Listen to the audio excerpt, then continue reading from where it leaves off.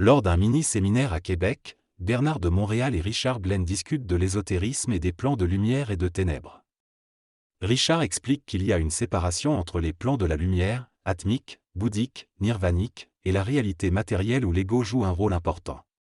Il souligne également l'importance du symbole de la fleur de lys dans le contexte des Mérovingiens et se demande quelles sont les réflexions de Bernard à ce sujet. Bernard de Montréal exprime sa position sur l'ésotérisme en général, en disant que tout cela est du bourrage de crâne. Il précise qu'il ne dit pas que cela n'a pas de valeur psychologique, mais il considère que c'est fini et que l'homme n'en a plus besoin. Il explique que l'homme doit apprendre à dépasser la forme pour accéder au mental pur. Il critique également le fait que son enseignement est trop axé sur le mental et pas assez sur le cœur. Malgré leurs divergences, ils conviennent que l'évolution de la forme pendant l'involution a une valeur psychologique, mais Bernard insiste sur le fait que l'homme doit lâcher prise sur cette forme pour progresser spirituellement. Il propose d'expliquer une fois pour toutes les termes utilisés par Richard pour que cela soit enregistré quelque part dans la province. Overall, le dialogue aborde des questions ésotériques, la relation entre les plans de lumière et de ténèbres, ainsi que l'évolution spirituelle de l'homme.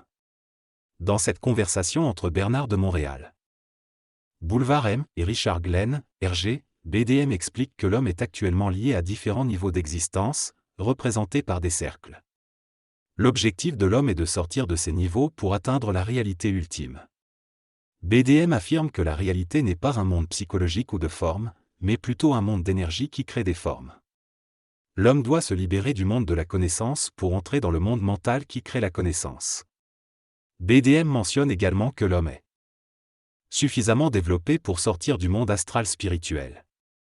Hergé fait une analogie en comparant l'homme à un poisson vivant dans un étang et suggère que l'homme doit sortir de cet étang pour vivre dans l'air. BDM affirme qu'il peut parler aux poissons et les aider à sortir de leur étang. Cependant, Hergé souligne que cela ne nous dit pas comment sortir de l'étang. BDM explique que cela nécessite une évolution de la conscience et que l'homme doit comprendre le phénomène de sa propre pensée. Réalise que les enseignements doivent être présentés de manière neutre, sans coloration, pour être réceptifs.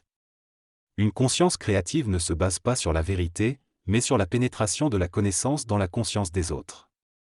Le problème de l'humanité est le manque d'autorité de sa propre conscience.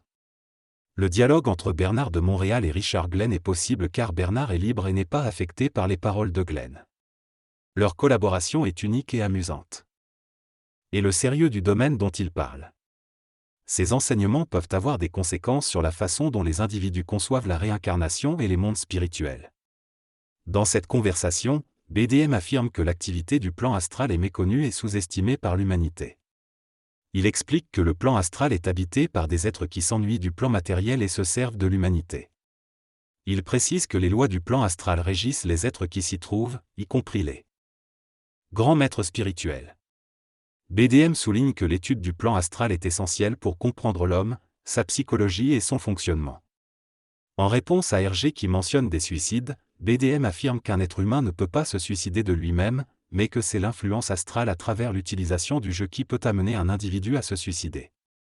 Il explique que l'être humain est multidimensionnel, avec des corps subtils appartenant à des plans parallèles, qui sont en communication télépathique avec l'homme.